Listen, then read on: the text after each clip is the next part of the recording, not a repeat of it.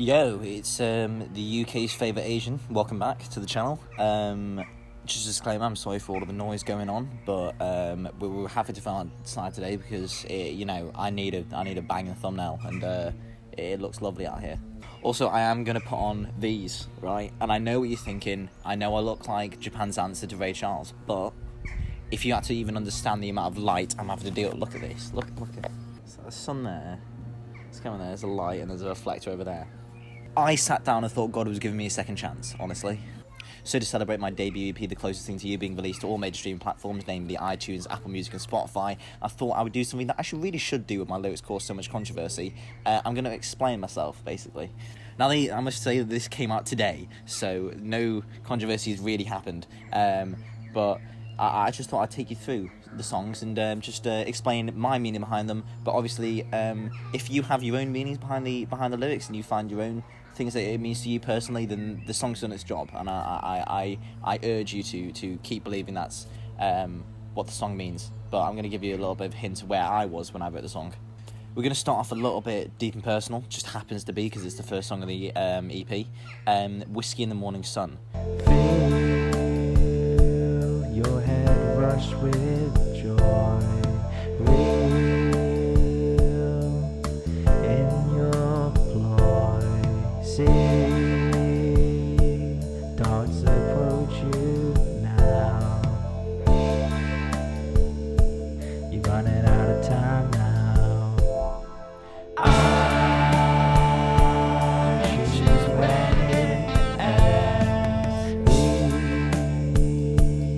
Now, the title alludes to what this means more than the lyrics do. So lyrically, it sounds like I'm talking about a girl, which I kind of am, but really the focus is alcoholism. I was with somebody last year, and unfortunately, one of the main things that we had in common was that we both enjoyed the taste of alcohol. And unfortunately, I'm ashamed to say, it became a bit of a niche for our relationship, and it became pretty much mandatory for me to drink all the time. And then even when the relationship ended, it turns out it became a bit of a habit for me. And I'm embarrassed to say that between the months of July to December, early January of last year and this year, I could probably count the amount of days I was not drunk on my fingers. So the song really, in the lyrics, in the chorus and mainly, you're feeling numb, I need some fun, we're drinking whiskey in the morning sun.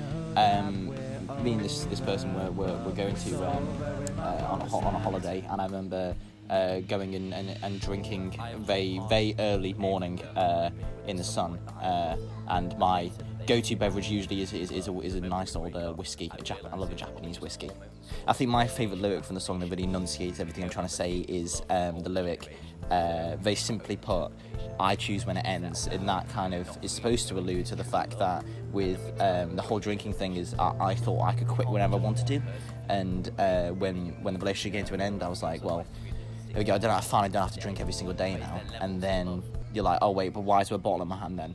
So in all seriousness, I hate when I see, people, especially my age, who just like think it's like it's fashionable to be like, oh, I rely on alcohol, you know what I mean? I need it. All I can think about is where the next drink comes from. Jesus Christ, get over yourself. To be honest, like, it's not. People think it's cool or something like that. I think those 6 months were the least cool I've ever felt in my life. I can now say that I quit drinking at the start of the year, and since January, it's April now, I think I've drank twice, which is twice more than I should, but baby steps, boys and girls. Second song on the EP is My Own Little Way. And now all that you say makes me realize in my own little way you were young and naive, couldn't enunciate your grief, didn't realize the mark you could leave.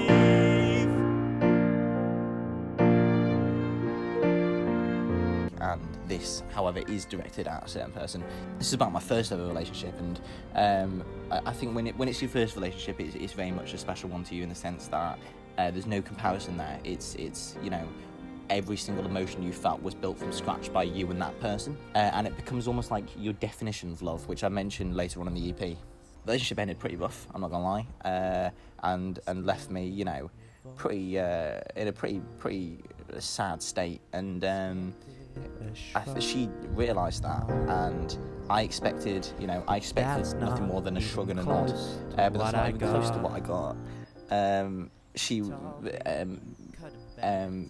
directly messaged me and apologised for everything that she, did to hurt me in the relationship. I apologised for everything I did to hurt her. It's very much a 50-50 split, pretty much. I wanted to write a song saying, that I thought that you didn't care. I thought that you hated me, and I thought you were just out to get me the whole time, but it turns out, I hurt you just as much as you hurt me, and at the end of the day, we're both misconstrued, and I'm happy to say we're both very good friends now. My favourite lyric is probably, it wasn't your fault, the air just went cold, and I was the fool who thought they'd struck gold. Realize the mark you could leave. It wasn't your fault. The air just went cold, and I was the fool who had thought they struck gold. It wasn't her fault, it was the relationship just kind of faded. The love kind of fades, because love can just dissipate, and the air went cold. I didn't really feel warm and comfortable at home with her at this point anyway, and I thought that I'd struck gold. I'd nailed it first time, get in, he smashed out the park. Turns out life isn't that easy, mate. Obviously, I've no lasting hatred for this person, and so I wanted to write a song, saying that. Sweet, we're smashing for these quickly, aren't we? Right, song 3. I'll Miss This. Personally, my favourite song from the EP. But the smile fades from your face, your lips leave a different taste. I must be rethinking in my haste. Tell me this time was not a waste. Your voice has a different tone. Your eyes could turn me to stone. When you're near, I feel more alone. I never even want to pick up my phone. It is about another relationship. You're gonna see a trend here. You're definitely gonna see a trend. Is Dylan okay? Is he holding on too tight? Are you okay, buddy? Pat on the back. It's gonna be all right. It's about a different person. This is very much a relationship that ended much rougher and much more recent. It's not particularly just about that person. It's about relationships in general, and it's about, as I say, falling out of love with somebody. Just because that can happen. Love isn't stronger than life. Things change. You both change, and you can grow apart. And you can grow apart, and you can sort of learn to fall out of love with each other, because you're both evolving people, and you meet, especially when you're younger. I think this is why it's so difficult to have a relationship that starts young and then goes a distance, is because you're at a very evolutionary stage of your life where you're still changing, you're still finding out who you are, and sometimes sometimes your partner finds out who they are, and that's not who you fell in love with. And so I say in the song, I don't feel that you hate me, but baby, lately I haven't felt a thing. I feel like we're changing and the love has been fading. No, don't feel that you hate me, but baby, lately I haven't felt a thing. I think that we're changing and the love has been fading, and there's nothing that I can do.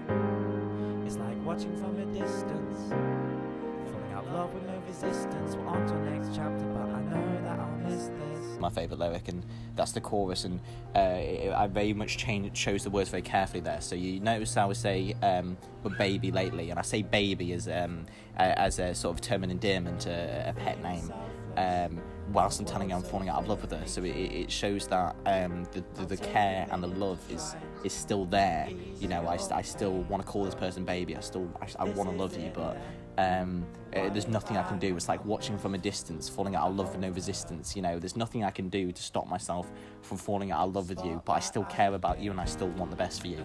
But baby, lately I haven't felt a thing. I feel like we're changing and the love has been fading. And I know that I'll miss this. I can see us growing apart, and I can see that I don't want that to happen, and I know that I'm going to miss how close we once were.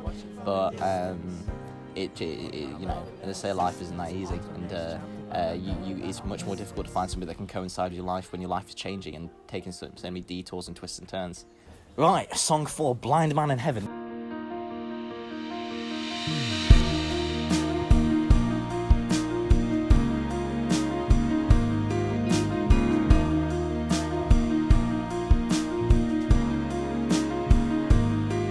You're a blind man in heaven.